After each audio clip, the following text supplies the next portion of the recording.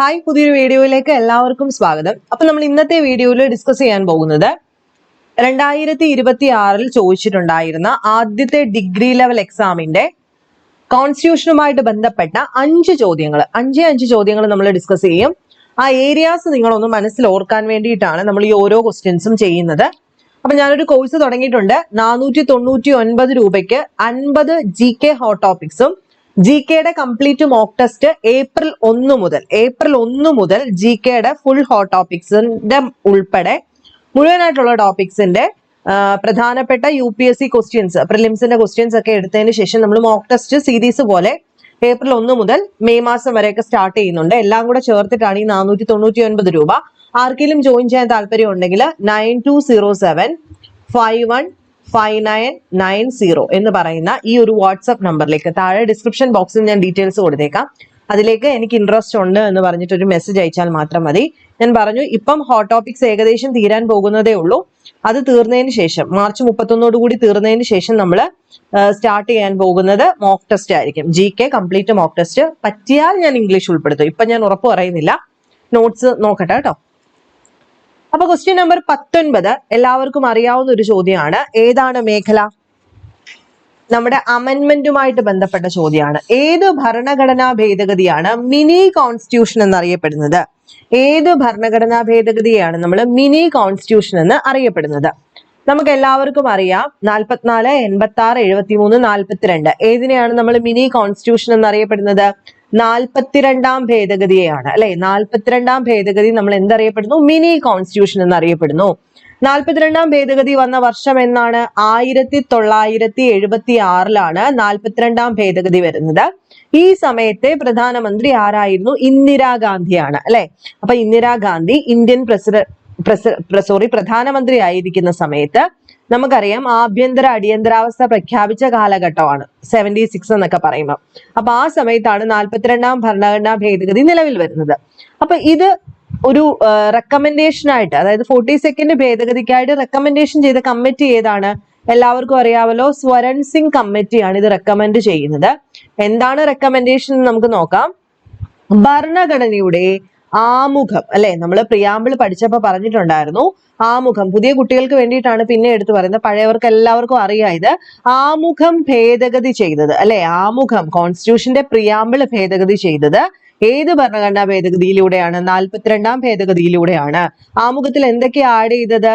Socialist, അതുപോലെ secular, അതുപോലെ integrity അല്ലെ. ഇന്റഗ്രിറ്റി എന്ന് പറയുന്ന വാക്കുകൾ കൂട്ടിച്ചേർത്തത് 42nd അമെന്റ്മെന്റ് ആക്ട് പ്രകാരമാണ്. അതുപോലെ പാർട്ട് 4A എന്ന് പറയുന്ന ഒരു പാർട്ട് അല്ലെ, 4A എന്ന് പറയുന്ന പാർട്ട് 10 മൗലിക ചുമതലകൾ കൂട്ടിച്ചേർക്കപ്പെട്ടതും ഇതോട് കൂടിയിട്ടാണ്.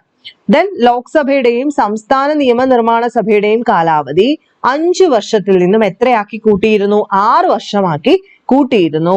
അതുപോലെ അഡ്മിനിസ്ട്രേറ്റീവ് ട്രിബ്യൂണലിനെ കുറിച്ച് പ്രതിപാദിക്കുന്ന ഭാഗമായിട്ടുള്ള 14ാമത്തെ പാർട്ട്, 14A എന്ന് പറയുന്ന പാർട്ട് കൂട്ടിച്ചേർക്കുന്നതും ഇതോട് കൂടിയിട്ടാണ്. അതുപോലെ ഇന്ത്യയിലെ ഏത് ഭാഗത്തും അടിയന്തരാവസ്ഥ പ്രഖ്യാപിക്കാനുള്ള അധികാരം രാഷ്ട്രപതിക്ക് കൊടുത്തതും ഇതുവഴിയാണ്. അതുപോലെ സ്റ്റേറ്റ് ലിസ്റ്റിൽ നിന്നും 5 വിഷയങ്ങളെ കൺകറന്റ് ലിസ്റ്റിലേക്ക് മാറ്റി. ഏതൊക്കെയാ? വിദ്യാഭ്യാസം, വനം, അളവ് തൂക്കം, വന്യജീവികളുടെയും പക്ഷികളുടെയും സംരക്ഷണം, നീതിന്യായ ഭരണം തുടങ്ങിയവയെല്ലാം ചേഞ്ച് ചെയ്തു. അതായത് സ്റ്റേറ്റ് ലിസ്റ്റിൽ നിന്നും കൺകറന്റ് ലിസ്റ്റിലേക്ക് മാറ്റിയതും ഈ 42ാം ഭരണഘടനാ ഭേദഗതി പ്രകാരമാണ് 1976. അതുകൊണ്ട് തന്നെ ഇത് വളരെ ഇമ്പോർട്ടന്റ് ആണ്. സോ ഇതിനെ കുഞ്ഞു കോൺസ്റ്റിറ്റ്യൂഷൻ നമുക്ക് വേണമെങ്കിൽ വിളിക്കാം. കാരണം കോൺസ്റ്റിറ്റ്യൂഷനിൽ ഒരുപാട് ചേഞ്ചസ് കൊണ്ടുവന്ന നടപ്പിലാക്കിയ ഒരു ഭരണഘടനാ ഭേദഗതിയാണ് 42ാം ഭരണഘടനാ ഭേദഗതി 1976 സ്വരൺ സിംഗിന്റെ റെക്കമെൻഡേഷനോട് കൂടി വന്നത്. അപ്പൊ ഇതുകൊണ്ടാണ് ഇതിനെ മിനി കോൺസ്റ്റിറ്റ്യൂഷൻ എന്ന് വിളിക്കുന്നത്. ഓക്കെ ആണല്ലോ. അപ്പൊ വളരെ വളരെ ഇമ്പോർട്ടന്റ് ആണ്, എല്ലാവർക്കും അറിയാവുന്ന ചോദ്യമാണ്. അതുകൊണ്ട് കൂടുതലായിട്ടൊന്നും ഞാൻ പറയുന്നില്ല.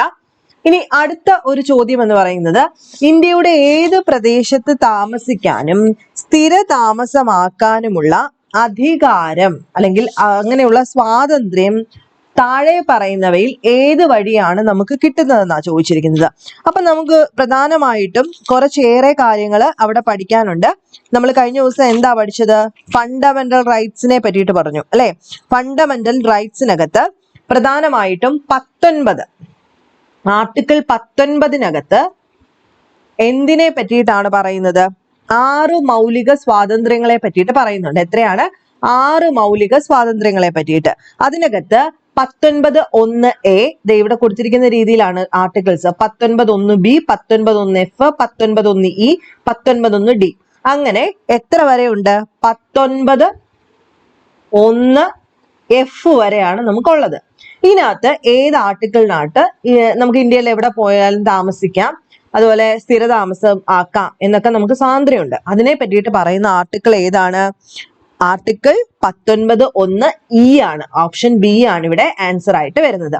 അപ്പൊ ബാക്കി ആർട്ടിക്കിൾസും കൂടെ ഒന്ന് പറയട്ടെ, എല്ലാവർക്കും അറിയാമെങ്കിലും.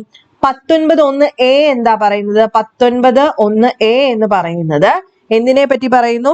അഭിപ്രായ സ്വാതന്ത്ര്യം. എനിക്ക് അഭിപ്രായം പറയാനുള്ള സ്വാതന്ത്ര്യമാണ് ആദ്യത്തെ മൗലിക സ്വാതന്ത്ര്യം എന്ന് പറയുന്ന അഭിപ്രായ സ്വാതന്ത്ര്യം. എനിക്ക് അഭിപ്രായം പറയാം എവിടെയും, അല്ലെ? അതുപോലെ 19(1)(b) എന്താ പറയുന്നത്? നിരായുധരായിട്ട്. എന്താ 19(1)(b) ഓപ്ഷനിലുണ്ട്.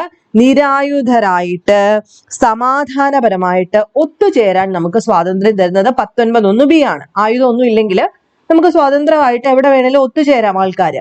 അതിനുശേഷം 19(1)(c) എന്താ പറഞ്ഞത്? സംഘടനകളും പ്രസ്ഥാനങ്ങളും രൂപവൽക്കരിക്കാനുള്ള സ്വാതന്ത്ര്യമാണ്. 19(1)(d) എന്താ പറയുന്നത്? ഇവിടെ കൊടുത്തിട്ടുണ്ട്. 19(1)(d)യിൽ എന്താ പറയുന്നത്? ഇന്ത്യയിലുടനീളം സഞ്ചരിക്കാനുള്ള സ്വാതന്ത്ര്യമാണ്. അതുപോലെ ഇയിലാണ് ഇന്ത്യയിൽ എവിടെയും താമസിക്കാനും സ്ഥിരതാമസമാക്കാനുള്ള സ്വാതന്ത്ര്യം. അതുപോലെ ഇ കഴിഞ്ഞാൽ എന്താണ്? 19(a), (b), (c), (d), (e), (f) ആണ്, അല്ലെ? അതെന്താ പറയുന്നത്? സ്വത്തവകാശവുമായി ബന്ധപ്പെട്ട സ്വാതന്ത്ര്യം. അത് 44-ാം ഭേദഗതിയിലൂടെ മൗലികാവകാശത്തിൽ നിന്നും നീക്കം ചെയ്തിട്ടുണ്ട്. ഏത്? 19(1)(f). ഓക്കെ, അതിന് മുൻപൊരെണ്ണം ഉണ്ടല്ലോ, 19(1)(g). അത് പറയുന്നത് എന്താണെന്ന് അറിയാമോ? ഇഷ്ടമുള്ള ജോലി ചെയ്യുന്നതിനും സ്വന്തമായിട്ട് കച്ചവടമോ അങ്ങനെ എന്തും തുടങ്ങാം, അതിനുള്ള സ്വാതന്ത്ര്യമാണ് അവിടെ തരുന്നത്. അപ്പൊ ABCDEFG. അപ്പം ഇതിനകത്ത് ജിയും എഫും തമ്മിൽ തെറ്റിപ്പോവരുത്. ജി എന്താ? മാന്യമായ ഏത് തൊഴിലും ചെയ്ത് ജീവിക്കാം. എഫ് ഉണ്ടായിരുന്നു, പക്ഷെ അവിടെ എന്താ സ്വാതന്ത്ര്യം എടുത്തു മാറ്റിയിരിക്കുന്നത്? 19(1)(f)ല് 44-ാം ഭേദഗതി പ്രകാരം അത് എടുത്തു മാറ്റി, സ്വത്തവകാശത്തെ എടുത്തു മാറ്റിയിട്ടുണ്ട്. സോ അത് ക്യാൻസൽ ആണ്. ജി ആണ് തൊഴിൽ ചെയ്ത് ജീവിക്കാനുള്ളത്. ഓക്കെ, അടുത്ത ക്വസ്റ്റ്യൻ നോക്കിക്കേ. അവശിഷ്ട അധികാരങ്ങൾ ഇവയുടെ കയ്യിലാണ് കേന്ദ്രീകരിച്ചിരിക്കുന്നതെന്നാ ചോദ്യം. എന്താ ഈ അവശിഷ്ട അധികാരം എന്ന് പറഞ്ഞു കഴിഞ്ഞാൽ അത് ആദ്യം ഒന്ന് അറിയണം, അല്ലെ? അതായത് കേന്ദ്ര സർക്കാർ, സംസ്ഥാന സർക്കാർ, കേന്ദ്ര സംസ്ഥാന സർക്കാരുകൾ മുകളിൽ പറഞ്ഞവ ഒന്നുമല്ല. അപ്പൊ നമുക്ക് അറിഞ്ഞിരിക്കേണ്ടത് എന്താണ് അവശിഷ്ട അധികാരം അഥവാ റെസിഡ്യൂറി പവർ. എന്താ ഇതിന്റെ മറ്റൊരു പേരാണ്? Residuary power. റെസിഡ്യൂറി പവർ എന്താണെന്നാണ് ചോദ്യം. നമ്മൾ സ്ഥിരമായിട്ട് പഠിക്കുന്ന ഒരു മേഖലയാണ് ഡിസ്ട്രിബ്യൂഷൻ ഓഫ് ലെജിസ്ലേറ്റീവ് പവേഴ്സ്. അതെ, നമ്മുടെ ലെജിസ്ലേറ്റീവ് പവേഴ്സിനെ എങ്ങനെയൊക്കെയാണ് നമ്മൾ ഡിസ്ട്രിബ്യൂട്ട് ചെയ്തിരിക്കുന്നത്. അതായത് നമ്മുടെ ലിസ്റ്റുകൾ, union list, state list, concurrent list, അങ്ങനെ പല ടൈപ്പിലുള്ള ലിസ്റ്റുകളുണ്ട്. അതെന്തൊക്കെയാണെന്ന് നോക്കാം. ഭരണഘടനയുടെ 7-ാം പട്ടികയിലാണ് നമ്മൾ ലിസ്റ്റുകളെ പറ്റി പറയുന്നത്, അല്ലെ? 7th പട്ടികയിലാണ് നമ്മൾ ലിസ്റ്റുകളെ പറ്റിയിട്ട് പറയുന്നത്. ആർട്ടിക്കിൾ എത്രയാ? ആർട്ടിക്കിൾ 246 പ്രകാരമാണ് നമ്മൾ ലിസ്റ്റുകളെ കുറിച്ചിട്ട് പ്രതിപാദിക്കുന്നത്. യൂണിയൻ ലിസ്റ്റ് ലിസ്റ്റ് 1 ആണ്, സ്റ്റേറ്റ് ലിസ്റ്റ് ലിസ്റ്റ് 2 ആണ്, കൺകറന്റ് ലിസ്റ്റ് നമ്മൾ ലിസ്റ്റ് 3 എന്നാ വിളിക്കുന്നത്. അപ്പൊ ഈ യൂണിയൻ ലിസ്റ്റിൽ പ്രതിപാദിച്ചിരിക്കുന്ന കാര്യങ്ങളിൽ നിയമം നിർമ്മിക്കാൻ, അതായത് കുറെ കാര്യങ്ങളുണ്ടല്ലോ യൂണിയൻ ലിസ്റ്റിൽ. എന്തൊക്കെയാ യൂണിയൻ ലിസ്റ്റിൽ പ്രധാനമായിട്ടുള്ളത്? നമ്മുടെ ഡിഫൻസ്, അല്ലെങ്കിൽ ഫോറിൻ അഫയേഴ്സ്, റെയിൽവേ, തപാല്, ലോട്ടറി, സെൻസസ്, അല്ലെങ്കിൽ ബാങ്കിങ്, ഇൻഷുറൻസ്, ഈ കാര്യങ്ങളിലൊക്കെ നിയമം നിർമ്മിക്കാൻ ആർക്കാ അധികാരം കൊടുത്തിരിക്കുന്നത്? പാർലമെന്റിനാണ് അധികാരം കൊടുത്തിരിക്കുന്നത്. ആർക്കാണ്? പാർലമെന്റിനാണ്. ഇനി സ്റ്റേറ്റ് ലിസ്റ്റിൽ നിയമം നിർമ്മിക്കാൻ ആർക്കാ അധികാരം? സംസ്ഥാനങ്ങൾക്കാണ്. കൺകറന്റ് ലിസ്റ്റിൽ നിയമം നിർമ്മിക്കാൻ ആർക്കും അധികാരം കൊടുത്തിട്ടുണ്ട്? പാർലമെന്റിനും സംസ്ഥാനങ്ങൾക്കും അധികാരം കൊടുത്തിട്ടുണ്ട്, അല്ലെ? അപ്പൊ union list, state list, concurrent list. അപ്പൊ 1976-ലെ 42-ാം ഭേദഗതി പ്രകാരം നമ്മളിപ്പോ എന്താ പഠിച്ചത്? 5 വിഷയങ്ങള് സ്റ്റേറ്റ് ലിസ്റ്റിൽ നിന്ന് എങ്ങോട്ട് മാറ്റി എന്നാ പറഞ്ഞത്? ഏത് ലിസ്റ്റിലേക്ക് മാറ്റി? Concurrent list. അതായത് സംസ്ഥാനത്തിനും യൂണിയനും തീരുമാനിക്കാം, അഥവാ സംസ്ഥാനത്തിനും സെന്ററിനും തീരുമാനിക്കാം എന്ന് 42nd അമെന്റ്മെന്റ് ആക്ടില് 5 കാര്യം. ഏതൊക്കെ 5 കാര്യം? ഇപ്പൊ പറഞ്ഞതേ ഉള്ളല്ലോ. വിദ്യാഭ്യാസം, വനം, അളവ് തൂക്കം, നീതിന്യായ ഭരണം, വന്യജീവികളുടെയും പക്ഷികളുടെയും സംരക്ഷണം ഒക്കെ മാറ്റി ആണല്ലോ. ഇനി നമ്മൾ പറഞ്ഞു union list, state list, concurrent list. ഇനി ഇതിലൊന്നും പെടാത്ത കുറച്ച് കാര്യങ്ങളില്ലേ, ഇതിലൊന്നും ഉൾപ്പെടാത്ത, ഈ 3 ലിസ്റ്റിലും ഉൾപ്പെടാത്ത കാര്യങ്ങൾക്ക് നിയമം നിർമ്മിക്കണമല്ലോ. നിയമം നിർമ്മിക്കണമെങ്കിലുള്ള അധികാരം കൊടുത്തിരിക്കുന്നത് ആർക്കാണ്? പാർലമെന്റിനാണ്. പാർലമെന്റ്. അപ്പൊ ഇവിടെ പാർലമെന്റ് എന്ന് ഡയറക്റ്റ് കൊടുത്തിട്ടില്ല. പക്ഷെ പാർലമെന്റ് എന്ന് പറഞ്ഞു കഴിഞ്ഞാൽ ആരാ? കേന്ദ്ര സർക്കാരാണ് അല്ലെ, സെൻട്രൽ ഗവൺമെന്റിനാണ് ആ അധികാരം കൊടുത്തിരിക്കുന്നത്. ആ അധികാരത്തിനെയാണ് നമ്മൾ റെസിഡ്യൂറി പവേഴ്സ് അഥവാ അവശിഷ്ടം എന്ന് വെച്ച് കഴിഞ്ഞാൽ അധികമുള്ളത് എന്നുള്ള രീതിയിലാണ്. അവശിഷ്ടം വന്നത് മീൻസ് അധികമായിട്ടുള്ള പവേഴ്സ് ആണ്. അത് കേന്ദ്ര സർക്കാർ അഥവാ പാർലമെന്റിനാണ് കൊടുത്തിരിക്കുന്നത്. അപ്പൊ അവശിഷ്ട അധികാരങ്ങളെ പറ്റിയിട്ട് പറയുന്ന ആർട്ടിക്കിളാണ് 248 റെസിഡ്യൂറി പവറിനെ പറ്റി പറയുന്നത്. അപ്പൊ ഈ അധികാരങ്ങൾ ആ ലിസ്റ്റിനകത്ത് വരുന്ന ആരൊക്കെ ആയിരിക്കും? നമ്മുടെ ആർട്ടിഫിഷ്യൽ ഇന്റലിജൻസ് ഇല്ലേ, അല്ലെങ്കിൽ സൈബർ ലോസ് ഇല്ലേ, അത് സ്ഥിരം ചോദിക്കാറുണ്ട്. സൈബർ ലോ എന്ന് പറയുന്നത് നമ്മുടെ ആ ഒരു ലിസ്റ്റിനകത്ത് വരുന്നതാണ്. ദെൻ സ്പേസ് എക്സ്പ്ലോറേഷൻ ഇല്ലേ, അതൊക്കെ എന്ന് പറയുന്നത് റെസിഡ്യൂറി പവറിനകത്താണ് പ്രധാനമായിട്ട് വരുന്നത്. സോ ഓക്കെ ആണല്ലോ. അപ്പൊ കേന്ദ്ര സർക്കാരാണ് റെസിഡ്യൂറി പവേഴ്സിനകത്ത് കാര്യങ്ങൾ തീരുമാനിക്കുന്നത്. അത്രയും കാര്യങ്ങൾക്കകത്ത് സംശയമൊന്നും ഇല്ലെന്ന് വിശ്വസിക്കുന്നു. അപ്പൊ ഇതിനകത്ത് എക്സ്ട്രാ പഠിക്കേണ്ടത്, ഇനി അറിയാൻ വയ്യാത്തവരെ ഏതൊക്കെയാണ് സ്റ്റേറ്റ് ലിസ്റ്റ്, ഏതൊക്കെയാണ് കൺകറന്റ് ലിസ്റ്റ് എന്നും ഏതൊക്കെയാണ് യൂണിയൻ ലിസ്റ്റ് എന്നും കൂടെ ഒന്ന് നോക്കിയാൽ മതി. ഓക്കെ ആണല്ലോ. ഇനി അടുത്ത നമ്മൾ നോക്കാൻ പോകുന്നത് സുപ്രീം കോടതിയുമായിട്ട് ബന്ധപ്പെട്ട ഒരു പോർഷനാണ്. അവിടെ സുപ്രീം കോടതിയുമായിട്ട് ബന്ധപ്പെട്ട പോർഷൻ എന്ന് പറയുമ്പോൾ ഫെഡറൽ കോടതിയെ പറ്റിയിട്ടുള്ള ചോദ്യമാണ് അല്ലെ. ഇന്ത്യയിൽ ആദ്യമായിട്ട് ഒരു ഫെഡറൽ കോടതി ഏത് പ്രകാരം സ്റ്റാർട്ട് ചെയ്തു എന്നാണ് ചോദ്യം. അപ്പൊ സുപ്രീം കോടതിയുമായിട്ട് ബന്ധപ്പെട്ടാണ്. ഫെഡറൽ കോടതി എന്ന് പറഞ്ഞാൽ സുപ്രീം കോടതിയുടെ മുന്നിലത്തെ പേരാണ് അല്ലെ.